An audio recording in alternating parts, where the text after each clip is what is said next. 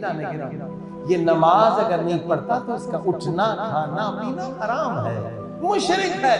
एक और दलील दूं कैसे हराम। भाई आपके अंदर भी जान है, हैवान के अंदर भी जान है, आप बकरे को क्यों ज़बह करते हैं? इस्लाम ने क्यों इजाजत दी है बकरे? क्या बकरे के गले को काटने तकलीफ नहीं होती? होती है ना, फिर क्यों इजाजत? जब मुर्गी का गला काटते हैं तो जब मुर्गी को तकलीफ नहीं होती? होती है ना, फिर इस्लाम ने क्यों इजाजत दी? कोई वजह होगी ना। मुर्गी कुर्बान होने के लिए तैयार है आपके, उसे तकलीफ होती है मगर कहती है मैं कुर्बान हो जाऊं इंसान। वजह क्या है? बकरा कुर्बान होने के लिए तैयार है, दुम्बा कुर्बान होने के लिए तैयार है। वजह क्या है?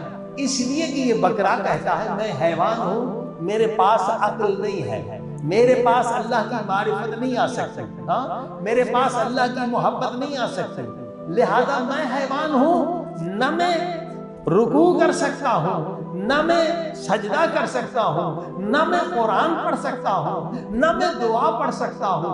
ऐ इंसान, मैं अल्लाह की खातिर तुझ पे कुर्बान हो रहा हूं, तू मेरा गला काट दे, तू मेरे टुकड़े टुकड़े कर दे, तू मुझे खा ले ताकि मेरे गोश्त से जब तेरा खून बने और तू रुकू और सजदा करे तो मैं भी सवाब में शामिल हो जाऊं। इसके सिवा कोई वजह नहीं। वो इसलिए बेचारा कुर्बान हो रहा है कि तू रुकू कर, तू सजदा कर। अब मुर्गी तो हर दिन खाए, सजदा कभी न करे, तो वो मुर्गी भी उसमें लानत करती है, वो बकरा भी लानत करता है। बदबख्त तूने मुझे खा लिया, इसलिए जाके इंडिया की फिल्म देखे, मुझे खा के जाके गुनाह करे।